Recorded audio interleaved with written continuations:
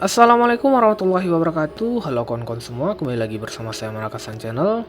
Di video kali ini saya akan menceritakan chapter kelima dari manga Kami-sama no Yutori. Seperti biasa, sebelum videonya dimulai, jangan lupa tekan tombol like dan subscribe.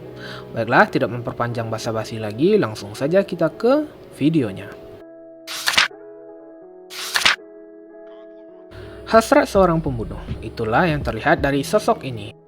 Kembali sebelum semua kegilaan ini terjadi, kita mendapati Amaya Takeru ditantang oleh seorang seniornya. Kau ada BPJS kan, dek?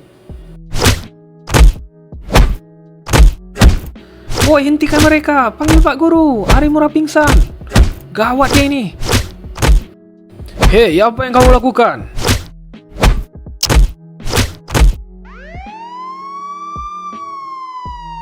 Anjir, polisi woi! Serius cuk, polisi! Hei, jangan bergerak! Dan kini kita kembali ke ruangan GOR. Inilah dia anak kelas 2 yang tidak muncul di awal. Amaya Takeru dari kelas 2E. Bagus sekali kawan-kawan. Tadi itu menyenangkan bukan? Apa yang kamu lakukan? Orang-orang pada mati kan?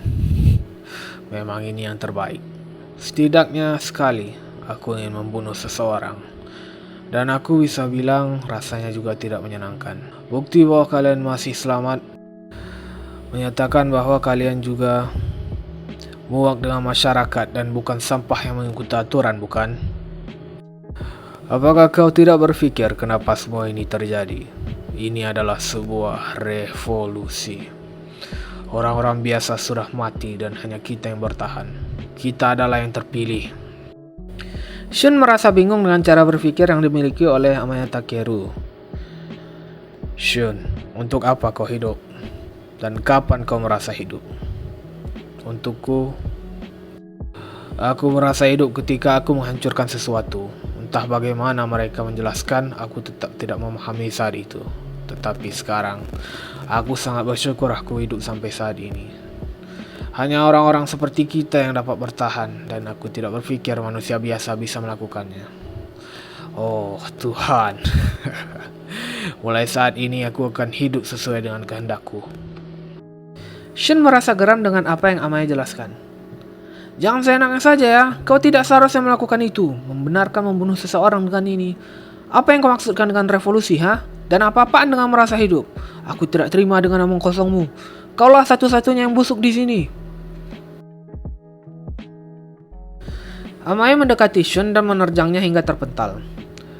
Pada akhirnya tidak ada yang mengerti. Ya, terserahlah. Amaya mencengkram tangan Akimoto dan memberikan ciuman kepada Akimoto. Tiba-tiba pintu GOR terbuka dan sekumpulan personil polisi memasuki ruangan. Jangan bergerak, kelilingi mereka. Ayo, ayo, ayo. Akimoto menampar Amaya atas apa yang ia lakukan, tetapi Amaya tersenyum atas tamparan yang Akimoto berikan. Personil polisi yang baru saja masuk pun terkejut melihat kucing raksasa yang berada di dalam ruangan. Amaya yang dalam keadaan masih menggebu-gebu kemudian menerjang menuju ke arah polisi dengan menghunus katananya dan menebas salah satu tangan dari personil polisi itu. Kepung dia! Apa selanjutnya yang akan diperintahkan olehnya? Kau pikir semua ini akan kembali seperti semula? Dunia ini sudah berubah. Tidak, akulah yang telah berubah.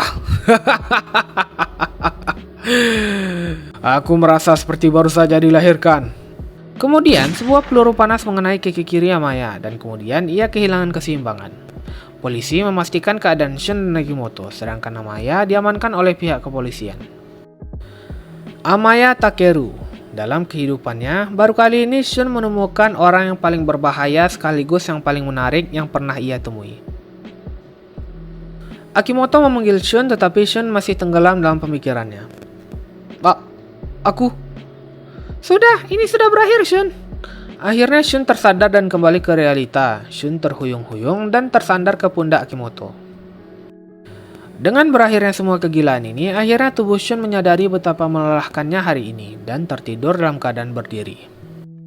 Di sisi lain, di sebuah perumahan, terlihat seorang pemuda sedang memperhatikan laptopnya. Peristiwa yang terjadi pada hari ini pun menjadi perbincangan di seluruh stasiun TV di Jepang.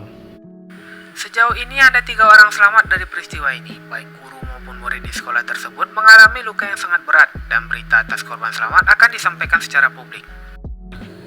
Wah, untung saja aku kaum rebahan. Mereka lagi beritain sekolahku tuh. Perkiraan dari jumlah korban yang terjadi di setiap sekolah di Jepang melebihi 3 juta jiwa.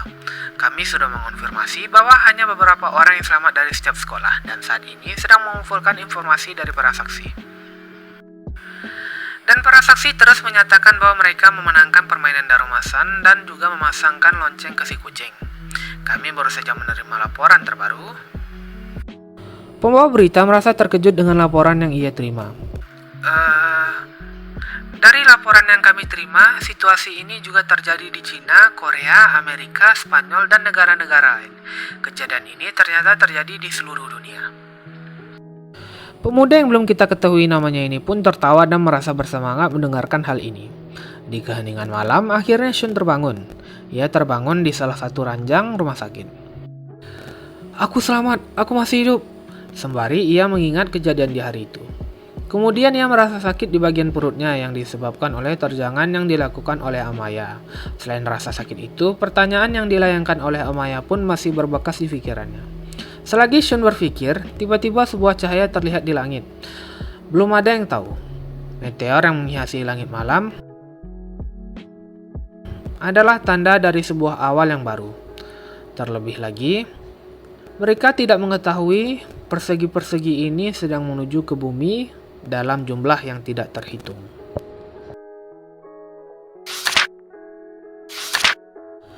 Baiklah, itulah dia chapter kelima dari manga Kami-sama no Yutori yang berjudul Belum Ada Yang Tahu.